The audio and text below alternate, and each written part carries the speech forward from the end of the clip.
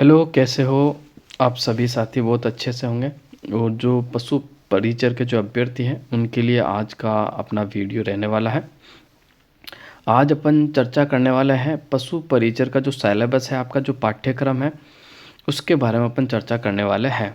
और बहुत अच्छे से स्टेप बाय स्टेप मैं आपको बताऊंगा क्या पढ़ना है, साइंस में आपको क्या पढ़ना है, मैथ्स में क्या पढ़ना है और राजस्थान जीके में क्या पढ़ना है। क्लियर? तो पूरा कंप्लीट अपन पढ़ेंगे। बिल्कुल एक एक पॉइंट में आपको समझाऊंगा, अच्छे से देखना। क्योंकि किसी भी वैकेंसी की अगर आप तैयारी करते हो तो सबसे पहले उसका सिलेबस आपको पता होना चाहिए कि उसका सिलेबस क्या है। उसके बाद उसकी रणनीति की कैसे पढ़ना है, और दूसरा कि कितना समय मिलेगा तो कि पूरा सिलेबस आपका कवर हो जाए। तो बिल्कुल आपके सामने सबसे पहले मैं बात कर लेता हूँ। तो ये आपका है, इसके अंदर दो भाग है आपके, भाग ए और भाग बी है। ठीक है, तो भाग ए जो है आपका 105 नंबर का है। 105 ही प्रश्न पूछे जाएंगे, 105 ही नंबर का, यानी प्रत्येक क्वेश्चन आपका 1 नंबर का है। परीक्षा की अवधि आपकी 3 घंटे की रहने वाली। कितनी? 3 घंटे की परीक्षा अवधि आपकी रहने वाली है। भाग बे होगा, भाग बे में आपके 45 प्रश्न होंगे और 45 ही नंबर का होगा। टोटल में बात कर लो तो 150 आपके प्रश्न पूछे जाएंगे पेपर में, और 150 अंकों का ही आपका पेपर होने वाला है। सभी प्रश्न आपके बहुविकल्पीय यानी वस्तुनिष्ठ प्रकार यानी एबेसैडे में पूछे जाएंगे। ठीक है, आपका सब्जेक्टिव पेपर नहीं होगा, ऑब्जेक्टिव आपका पेपर होगा। कुल प्रश्न 150 होंगे। ठीक है, अधिकतम पूर्णांक आपके 150 हो गए। क्लियर? प्रत्येक सही उत्तर के लिए अधिकतम 1 नंबर होगा भी, है ना। अगर एक क्वेश्चन आप सही करोगे तो उस पर 1 नंबर मिलेगा, जबकि इसमें निगेटिव मार्किंग भी, याद रखना, इसमें आपके निगेटिव मार्किंग होगी। कितनी होगी? 1/4। 1% गलत होने पर आपका काटा जाएगा। प्रश्न पत्र में न्यूनतम 40% लाना अनिवार्य है। ठीक है, अब इसमें ये याद रखना कि भाई कम से कम 40% अंक लाना ज़रूरी है।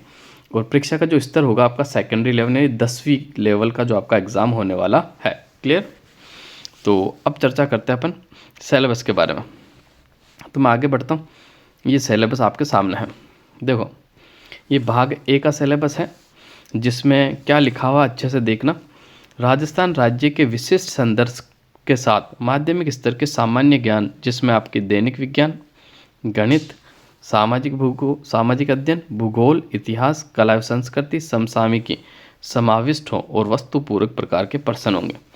पहली लाइन आपको ध्यान रखना, देखो क्या लिखी है।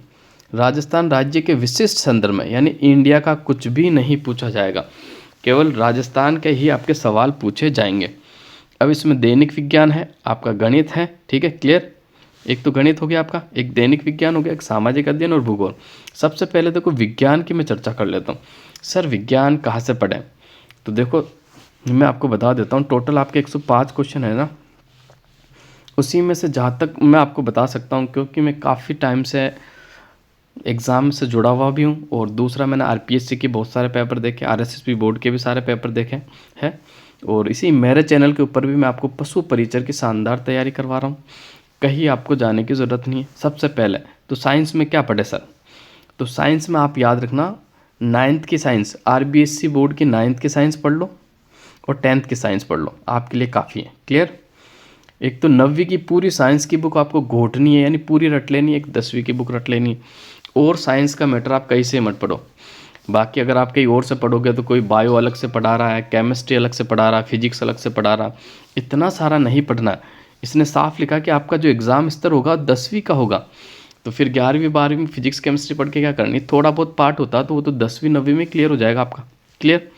अब सर गणित कहाँ से पढ़े? तो गणित में आप देख लो, 9वीं और 10वीं में आपके जो गणित के टॉपिक्स हैं उन्हें अच्छे से हल कर लो आप। ठीक है, उनका एक चार्ट बना लो, उसमें जैसे आपका जो भी है वो सारे क्लियर कर लो। उसमें अंकगणित आपका ज़्यादा पूछा जाएगा। जैसे मैं आपको बताऊं तो अनुपात समानुपात हो गया आपका, औसत हो गया आपका, लाभ हानि हो गया आपका। क्लियर? लाभ हानि के अलावा मैं बात कर लूँ तो देखो, इसके अलावा और कौन कौन से आपके अंकगणित में ज़्यादा पूछे जाने वाले सवाल हैं, जैसे समय चाल दूरी हो गया आपका, वहाँ से एक आध सवाल आपसे पूछ लिया जाएगा। तो अंकगणित ही आपको पूछा जाएगा। ठीक है, बिल्कुल आपको याद रखना। और 10वीं में जो टॉपिक्स है ना आपके, टॉपिक वाइज सब्जेक्ट का आप देखोगे तो जो सिलेबस का जो टॉपिक है उनको लिख लेना और वैसे आपको क्लियर करना है। ठीक है, गणित ज़्यादा हार्ड नहीं पूछे जाएगा, जिसमें सरलीकरण हो गया आपका। ठीक है, बोडो मास वाला रूल हो गया आपका, सरलीकरण वाला बोडो मास वाला रूल हो गया। ठीक है, तो यही आपको पढ़ना है। मैथ्स में आपके 10 से 12 या 15 लास्ट सवाल से ज़्यादा नहीं पूछे जाएंगे। क्लियर? अब बात कर लेता हूँ मैं सामाजिक अध्ययन। सामाजिक अध्ययन ये कौन सा सब्जेक्ट हो गया, तो सामाजिक अध्ययन आपको 9वीं और 10वीं का जो राजस्थान अध्ययन की बुक आती है वो क्लियर कर लो। भूगोल, राजस्थान का भूगोल पढ़ना पड़ेगा, राजस्थान का इतिहास पढ़ना पड़ेगा, राजस्थान की कला एवं संस्कृति, और करंट अफेयर केवल राजस्थान का पढ़ना, ना भारत, ना राष्ट्रीय, ना अंतर्राष्ट्रीय, केवल राजस्थान का करंट अफेयर आप पढ़ सकते हो। क्लियर। तो अब मैं बता देता हूँ आपको भाग बे के बारे में। भाग बे के बारे में थोड़ी सी चर्चा करें ना, तो देखो पेपर बहुत इजी लेवल रह सकता है, हाथ तक कंपटीशन थोड़ा ज़्यादा रहेगा, तो लेकिन पेपर का लेवल आसान रहेगा। ठीक है, इसमें से मेरिट जो है वो जाहिर सी बात है कि थोड़ी अच्छी सी जाने वाली है। ठीक है, बिल्कुल नीचे नहीं जाएगी। ठीक है, क्योंकि कंपटीशन बहुत ज़्यादा है। इसमें नहीं मानते मानते 20 से 22 लाख आपके फॉर्म आने वाले हैं, क्योंकि अब सरकार ने फ्री भी कर रखा है तो सब बच्चे भरेंगे। ठीक है, लेकिन सिलेक्शन उन्हीं का होगा जो एक बेहतरीन तैयारी, एक सही रणनीति के साथ, ठीक है, एक सही रणनीति के साथ और रोज़ाना डेली बेसिस पर वो 10 से 12 घंटे अगर पढ़ रहा है तो उसका सिलेक्शन हो जाएगा। भाग बे की बात कर लो तो भाग बे आपका केवल 45 नंबर का ही है भाई, 45 ही क्वेश्चन पूछे जाएंगे और 45 नंबर का ही आपका पेपर होगा, और प्रतिशत में भारांक जो वेटेज रहने वाला है भाग बे का वो 30% है। अब इसमें आपको क्या पढ़ना, तो देखो इसमें आपको बता देता हूँ। पशुपालन संबंधित निम्न बिंदुओं का सामान्य ज्ञान जिसमें प्रदेश, अब देखो इस लाइन को अच्छे से पढ़ना। इसने क्या कहा, पशुपालन से संबंधित निम्न बिंदुओं का सामान्य ज्ञान जिसमें प्रदेश की प्रमुख नस्लें, यानी राजस्थान से रिलेटेड ही पढ़ना। अब जैसे गायों की बहुत सारी नस्लें होती है लेकिन राजस्थान में नहीं पाई जाती, तो उन नस्लों के बारे में नहीं पढ़ना, साफ लिखा, जिसमें प्रदेश में पशुओं की प्रमुख देसी नस्लें हो गया आपका, कृत्रिम गर्भाधान हो गया, बंधियाकरण हो गया, संकर प्रजनन हो गया, दुग्ध दोहन श्रवण काल हो गया, स्वच्छ दूध उत्पादन के बारे में, और पशु और कुक्कट यानी मुर्गा मुर्गियों के बारे में, जैविक अवशिष्ट और संतुलित पशु आहार, चारा फसलें, चारा चारागाह का विकास, और स्वस्थ और बीमार पशुओं की पहचान, और पशुओं के अंत्य और बाह्य परजीवी रोग यानी पशुओं में जो होने वाले रोग हैं उनके बारे में, पशुओं का टीकाकरण ले लो, पशुधन प्रसार, भेड़ बकरियों का स्वास्थ्य कैलेंडर, ऊन मांस दूध अंडों, देश में राज्य में उत्पादन व स्थान, और प्रति व्यक्ति दूध मांस अंडों की उपलब्धता, प्रति पशु दूध की उत्पादकता, ऊन कतरन, ठीक है, बाहर ढोने वाले पशु, वर्मी कंपोस्ट खाद हो गया आपका, पशुओं के चमड़े हो गए, हड्डियों का उपयोग हो गया,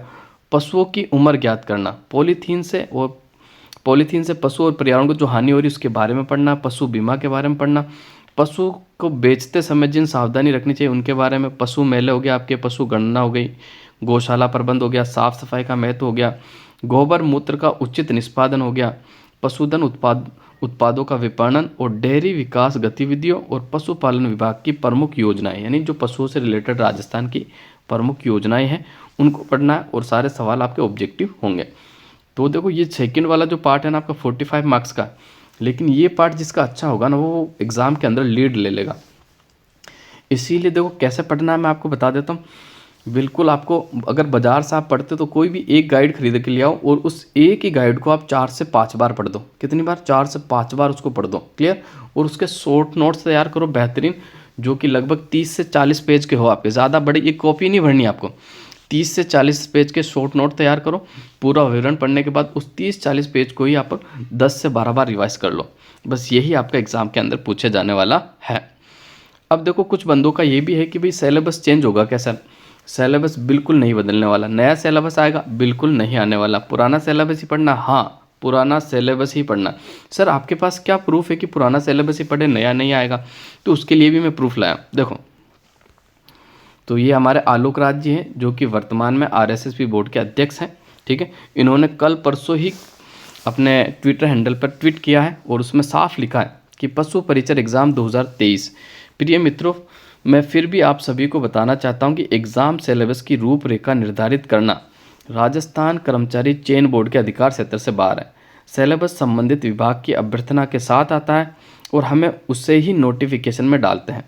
फिर भी आप लोग कहने से मैंने स्वयं 2 बार संबंधित विभाग के सीनियर अधिकारियों से सिलेबस के बारे में बातचीत की है। उनका मत है कि पहले भी कई परीक्षाओं में इस प्रकार का सिलेबस रहा है, दिया हुआ है, और जितना दिया है वह ठीक है। अब इसको चेंज करना उचित नहीं है, इसलिए अब आप दिए हुए सिलेबस को ही गाइडलाइन से ही तैयारी करें। मुझे उम्मीद है कि इश्यू अब दोबारा आप नहीं उठाएंगे। जय हिंद। यानी इन्होंने साफ कहा है कि सिलेबस चेंज नहीं होगा। सीधी सी बात, अब सिलेबस आपका चेंज नहीं होने वाला, यही सिलेबस रहेगा। ठीक है, कुछ अगर टॉपिक्स जैसे राजस्थान जीके उसमें अगर टॉपिक वाइज दे देते तो आसान हो जाता, लेकिन नहीं दिया है। यही सिलेबस आपको पढ़ना है, सिलेबस आपका बिल्कुल नहीं बदलेगा। अब मैं अपने चैनल पर आपके लिए क्या करने वाला हूँ तो मैं आपको बता देता हूँ। मेरे चैनल पर देखो पार्ट ए है आपका, जो पार्ट ए है, पार्ट ए की तो मैं बेहतरीन तैयारी करवा रहा हूँ। मेरा तैयारी करवाने का क्या रहेगा तो मैं आपको बता देता हूँ। मैं पिछले 8 से 10 साल के जो पेपर हैं RSSB बोर्ड, यानी जो बोर्ड आपका एग्ज़ाम लेगा उसी बोर्ड के मैं आपके पेपर हल करवाऊँगा, ठीक है। और एक सवाल आपका बाहर नहीं जाएगा। सर कैसे कह सकते हो कि एक सवाल बाहर नहीं जाएगा? कल ये मैं वीडियो बना रहा हूँ 5 फरवरी को, कल आपको 4 फरवरी को एग्ज़ाम हुआ था आपका, वो हुआ था आपका एग्रीकल्चर सुपरवाइज़र का। उसमें से सारे क्वेश्चन जो राजस्थान जीके के थे, सारे क्वेश्चन हमारे वीडियोस में आए, ठीक है। किसी को प्रूफ चाहिए तो कमेंट कर देना, मैं कमेंट करके बता दूंगा। सारे क्वेश्चन आए, एक क्वेश्चन भी आपका बाहर नहीं जाने दूंगा। बस आपको विश्वास करना है और सही मार्गदर्शन के साथ एक सटीक रणनीति के तहत आपको तैयारी करनी है। अगर आप सटीक रणनीति के तहत सही तैयारी करते हो तो बिल्कुल आपको सिलेक्शन से कोई नहीं रोक सकता। कुल आपकी जो पोस्ट है 5,934 है, उसमें से केवल आपको एक सीट लेनी है, ठीक है। एक सीट लेनी है, कंपटीशन थोड़ा ज़्यादा रहेगा, ठीक है, मेरिट थोड़ी ऊपर जाएगी। तो आपको बेहतर से बेहतरीन तरीके से पढ़ना, कौन सा टॉपिक को ज़्यादा समय देना, कौन से को कम देना, कौन सा आसान है, कौन सा हार्ड है, तो ये सारा नाप तोल करके आप थोड़ा चिंतन मनन करके इस सिलेबस के अनुसार ही जो आपको दिया हुआ इसी के पैटर्न के आधारित ही आपको तैयारी करनी है। और हमारे इस चैनल पर पार्ट ए बिल्कुल इतना शानदार तरीके से मैं करवा रहा हूँ, एक बार आप विश्वास करें। प्लेलिस्ट बनी हुई पशु परिचर के पार्ट ए की प्लेलिस्ट आप देख लेना, बहुत बेहतरीन तरीके से मैंने करवाया। और जल्द ही पार्ट ए तो मैं कंप्लीट करवा ही दूंगा, पूरा 4 महीने का है भाई। एग्ज़ाम कब दिया हुआ आपका? तो एग्ज़ाम दिया हुआ अप्रैल से जून के मध्य होगा। अपन मान के चलते हैं कि 4 महीने आपको मिलेंगे। कितने महीने मिलेंगे? 4 माह आपको मिलेंगे। 4 माह में मैं आपकी इतनी बेहतरीन तैयारी करवा दूंगा कि वाकई में सर आपको लगेगा कि हाँ, कि मैंने लाइफ में पढ़ाई अब करी है। और एक सीट आपकी पक्की हो जाएगी। और पार्ट बी के लिए भी मैं आपकी क्लासेस स्टार्ट कराने वाला हूँ बहुत ही शानदार तरीके से, बहुत बेहतर तरीके से। गिने अपन सारे टॉपिक्स लेंगे, उनमें से वही जहाँ से सवाल उठता है उन सारे जो आपके सब टॉपिक हैं उनको क्लियर करवा दूंगा। आपका सवाल बाहर नहीं जाने देंगे, कोशिश अपनी यही रहेगी और एक बेहतर तैयारी करवाएंगे। बिल्कुल आप बेफिक्र रहिए, बस चैनल के साथ जुड़े, चैनल को सब्सक्राइब भी करें। और बाकी के आप अगर आपको प्रूफ चाहिए कि सर सवाल कहाँ से बनते तो वो भी मैं वीडियो में बता दूंगा। तो आज के लिए बस इतना ही। बिल्कुल अब ये वीडियो अपने मित्रों के साथ शेयर भी करें और अपनी तैयारी में लग जाए। आपको एक सीट चाहिए, एक सीट अगर आप बेहतर मेहनत करते हो तो आपको मिल जाएगी।